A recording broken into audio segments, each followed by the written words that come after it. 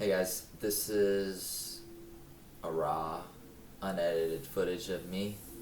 My name is Eric Truong.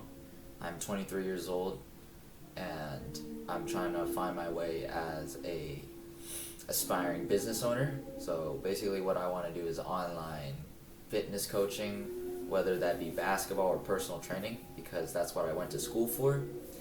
I realized that the traditional route of going to school, getting a good job is not suitable for me. And I found out that there are more ways, more methods, more strategies to earn money. And the 9 to 5 is not it.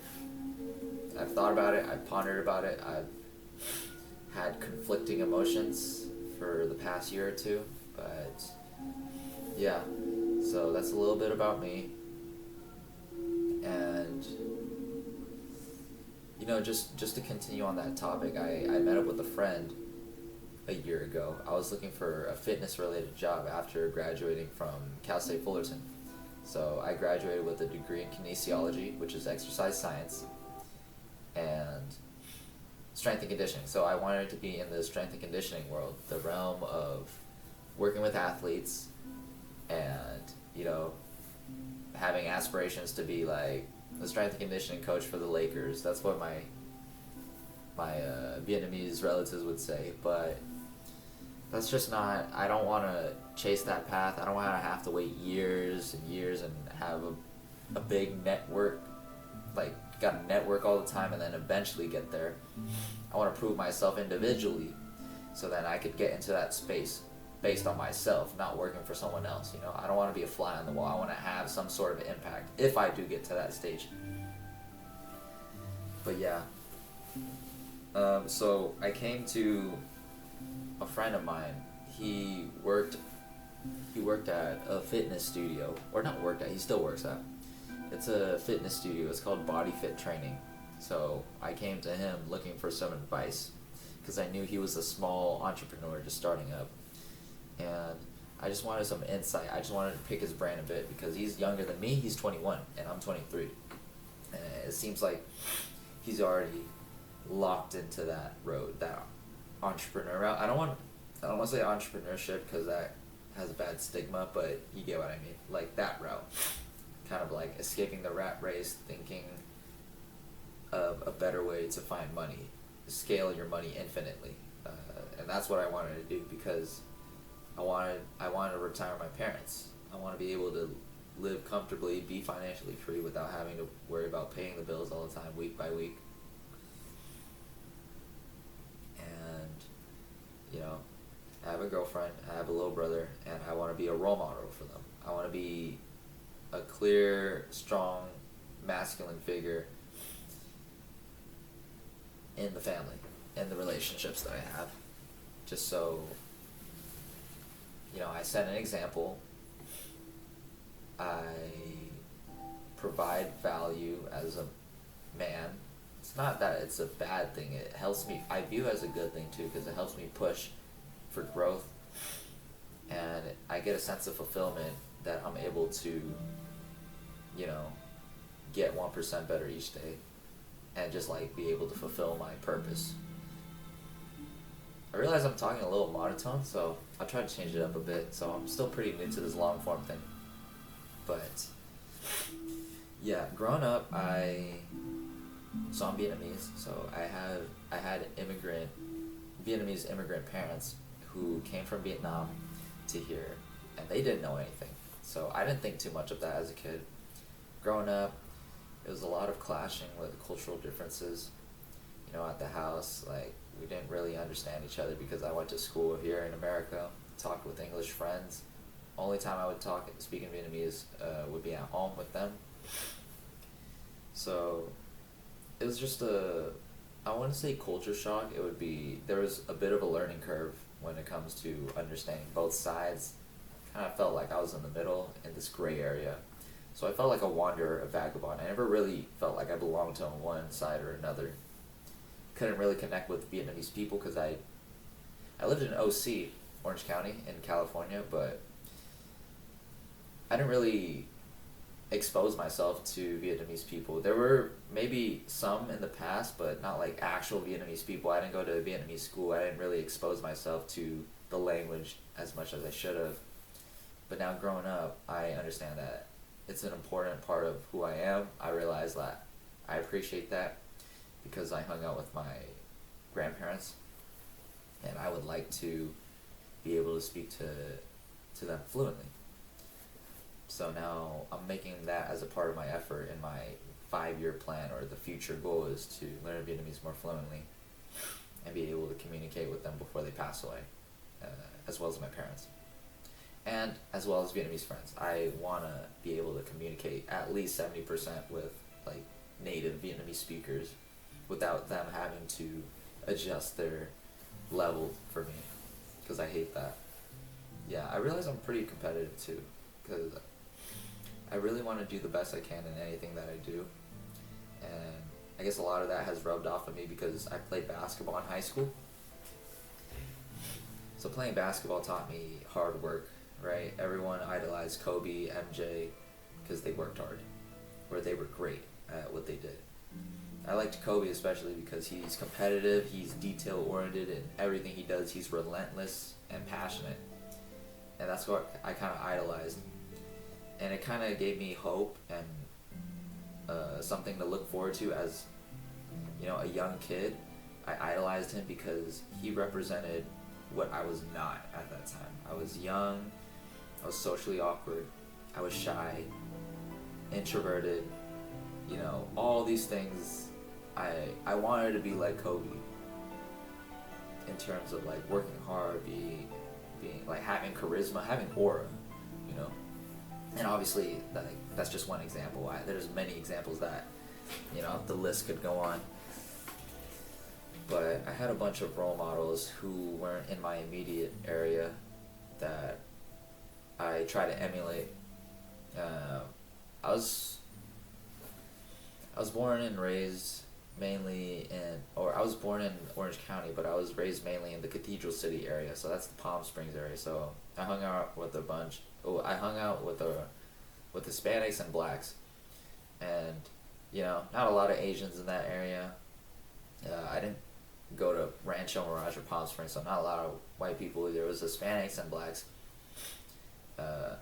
So I grew up kind of idolizing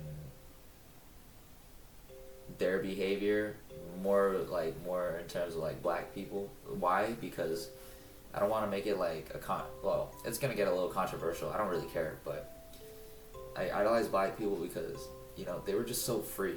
They were free. They were expressive. They had rhythm. I thought the music was cool. The way they talked was cool. It had swagger, So like I looked up to that, but obviously because I'm Asian, I can't really emulate the same way. It would come off awkward. Obviously, you can't say the word. I'm not trying to say like I'm trying to say the word, or anything. It's just like their demeanor, their behaviors, not like the egregious like super ghetto behavior. I didn't emulate that. I didn't like that at all. It was just like the swagger, the confidence, the way they carry themselves. It was just nice to see, like, and then they have a community. So like when black people come together, like even if you don't know each other, they'll dap each other up and they say, "What's up, homie?" Like, "What's up, my guy?" And like I didn't have that as a kid, growing up. I didn't have a community of Vietnamese people that you could go to. Like either they were busy doing their own thing because immigrant Asians, they're invisible. They come to this country, they try to make a living, try to stay out the way, try to be quiet, try to be submissive. And there was a conflict with the people I hung around in Cathedral City. These more confident individuals that didn't really play by the rules. We played by the rules. So there was like a Vietnamese Asian conflict, and then black, and those personalities intertwined within me. And it's just like there was a conflict. And then basketball exposed me to more of like that confidence side I wanted to portray. However, I was never really good at basketball until after high school. So that was a long ramble, but I'm pretty sure hopefully you guys got a glimpse of how I grew up and how these things have helped shape who I am today. I grew up, yeah, socially awkward, quiet, and everyone viewed me as the quiet guy. I was also skinny, and I was short, so compared to like the rest of the people around me. So it just goes to show like it's your environment, especially if you don't have a lot of people around you. Like I had a friend group. It was more like a friend group of convenience rather than I do have some high school friends that I still talk to day to day, like a kind of like still keep in touch till this day. But it's more like I never really had. You know that one quote where they say, "It takes a village to raise a kid." I didn't have that, so I think my development as a kid was a bit slower, and I was solitary most of the time. I stayed in my room. I played video games, and that's how I used to pass the time or to cope with my emotional distress and trauma in the past.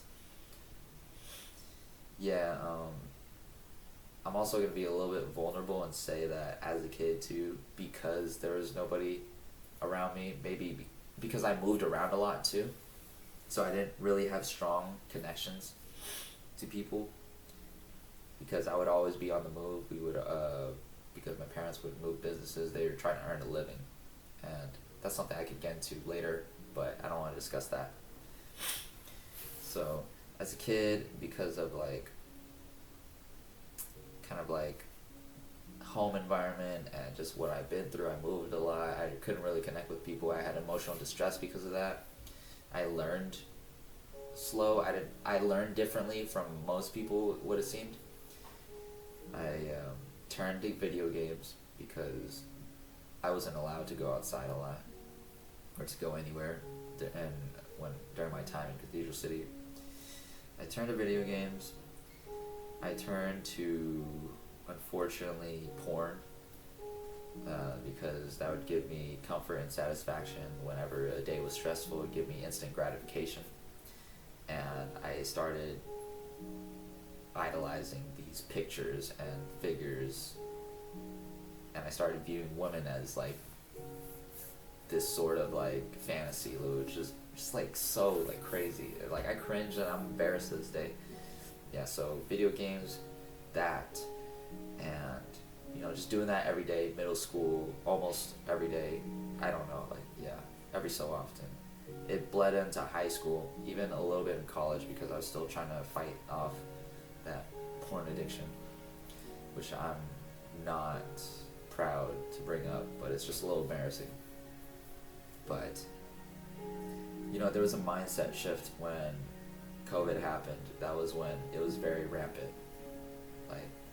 Like I was stuck in a room. I was forced to do online schooling, which didn't help because the same tool that I use to play games is also the tool that I need to study. So obviously I'm going to choose the one with the least resistance, and it will give me the most happiness in the moment. Yeah, so those two things made it worse during COVID. And then I had the desire to make a change. I wanted to be better. And there were people in my life who helped me kind of push towards that way. So I started seeing more content on like David Goggins, more red pill people. And I'm glad I got out of the red pill. So it's kind of a mind balance. So obviously, like for men, they turn to like they find out about the concept on YouTube, whether it be social media or whatever, about blue pill or red pill. Blue pill, like we can talk about like the movie in the Matrix. Blue pill offers like, oh, you stay in this fantasy land, you stay comfortable, and whatever. And the red pill will offer you reality. You fight through the reality of life, but you see the truth. But I guess in the red pill community, as men, those are more, it's viewed as a negative connotation, because red pill men are just like, they have red pill rage, so they start hating on women. They say women are the reason why this yada yada, and then just to focus on yourself, and you don't need a woman in your life. So I think that's a pretty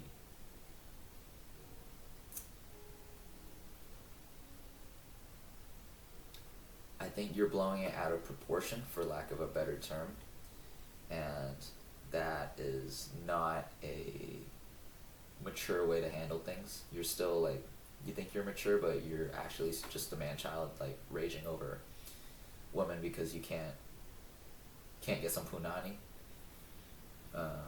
or they're not, because I'm jacked or because I'm this way, I have money, you should give me your body or something like that. So I fell into that a little bit, or not, I didn't fall into it, it was more like I kind of viewed myself as, oh, okay, I'm single, I should try to flirt with women. I had that phase, and I realized like that didn't align with my moral compass. Yeah.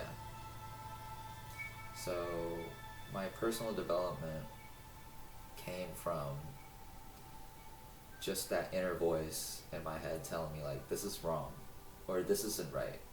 And I have always known that since middle school or high school. I was just too afraid to make a change because, you know, when you live your whole life not seeing that light at the end of the tunnel, it's kind of hard to like believe in it unless you had somebody. And like, I had people come into my life. I think it's like destiny calling, or whatever you want to call it. Like, let's say if I started here, right, this is the birth of my life, and then this is now, right, people have dropped in my life and kind of gave me some hints, gave me some help for what I needed to become the best version of myself today. And definitely basketball helped me with that. There were role models in basketball. There were people outside of that, friends, good friends that I don't keep in touch with anymore, unfortunately.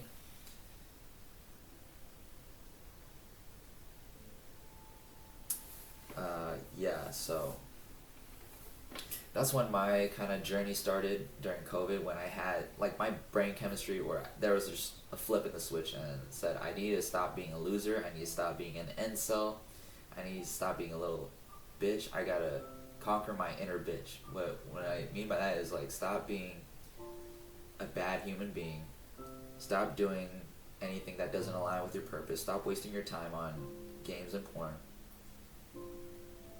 and, you know, live your life to the fullest potential, have fun, go outside, touch some grass, get some sunlight,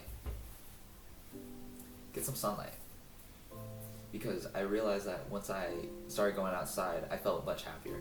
Like, life was actually nice. You go to the beach, watch the sunset. Late nights, you go out to the beach and watch the waves crash, or just going on for a walk, late night walk, early walk. Like, I'll be honest, I don't do those things right now to this day, but occasionally I'll go outside, I'll go to the beach, I exercise a lot, but I don't do like these nature holistic stuff enough, I feel like. But I feel like that would help calm my mind. Anyways, I don't know where I'm trying to get at with this, but I kind of just rambled. That's a little bit about who I am, and in an unstructured way again. So yeah, and then in terms of moving forward, I know I made 2 videos and then they were kind of unstructured, but I just want to kind of make this the main video of who I am and what I went through, and what I want to do now is just to become the best version of myself. I have a girlfriend now. I want to treat her like the most special woman and most beautiful woman in my life, like a queen. I have a younger brother that I have to be a role model for, because he kind of like fell into the same trap. I feel like he's still in a phase. He's in limbo right now, just playing games, you know. I have gotten him to be active. He plays volleyball, but it's just that mind shift, that push he needs. So I'm going to continue to do that for him. Friends and family, I want to try to get them in shape with fitness, because it has changed my life. Just like small subtle changes, like you see from month to month and then year to year. And then with business, I want to make money. Like, I want to get a bag, bro. So I realized I kind of loosened up there, so I kind of like this, but I'm going to roll with it. Yeah, I want to make a bag. Like, I don't want to make $20 an hour. Like I wanna sell high ticket while also feeling that I am genuinely helping them, which is why I'm serving high ticket. Because if you serve low ticket to a community who's trying to better themselves through fitness, you'll see more less committed clients. And it's just like, I just want to help people out, but because in time for my exchange and my efforts and energy towards you, my 100%, I want to see you succeed, and I want you to believe that you succeed. So that's my goal with this online fitness coaching thing. And I hope that a year from now, I am better off. My goal this month is to make $1,000 a month based on myself, not just my jobs. And I'm almost there. I'm kind of like stuck plateaued right now. I got 20 more days, but yeah. So yeah, that's pretty much who I am. If you've come this far and watched this far, I appreciate you. And I hope that you connected with me a little bit. You've related to what I've said as a man or as a woman. If you watch this, if you just wanted to see who I am as a person. Men, if you're struggling with the same thing, it is not too late. It's never too late to make a change. And you have the ability to change your life right now. Right now. So I can't believe it took me this long. Like, I've always been introspective. I've always been mindful as a kid. I've always been sentient. You know, sentient, that term? Like, I'm not going to use that term as a throwaway term. Like, I've been sentient. Like, I've known this as, like, an elementary, middle school kid. Like, I thought to myself, like, there was this one point where I think I was in elementary. I had a glass milk, and I was living at my old home in Palm Springs, or Cathedral City. And I was like, if I drink this milk, okay, I have two choices. I can drink this milk right now, or I can choose not to drink this milk. And would that affect my future outcomes? Like the butterfly effect. Like, I was that sentient to think about, like, the future like that. So it's just like, it's been in me all along, you know? And it's finally sprouting its fruit, or bearing its fruit at this time period. So I don't know whether it's like, I'm grateful that I'm able to fully actualize, because my brain chemistry is developing. But it's also kind of like, I'm kind of a little disappointed that I couldn't execute on that years before. But I guess it is what it is. You live and you learn. That's how life goes. And it's just that I simply didn't have I didn't take the leap of faith, and then I just didn't have people around me that were like that, like-minded people. Now I have one. Now I have a couple. And I'm grateful for that. And, you know, shout out to him. His name's Brian, so yeah, shout out to Brian for actually kind of like changing that degree, moving that needle a little bit, and then changing the trajectory of my path a little bit. And here I am. And what I'm going to say is, a year from now, I'm going to conquer. I'm going to be a better version of myself. More fit, more masculine, soft-spoken, a leader, a better communicator, a better storyteller, a good influence to the youth, a good influence to my friends. I will show that I can handle my stress easier. I'll show that I can pick up things faster, be more intuitive, because I learn really slow, and whenever a lot of stress gets to me, I tend to get headaches and I can't handle it, so I'll learn how to do that too. That's pretty much it.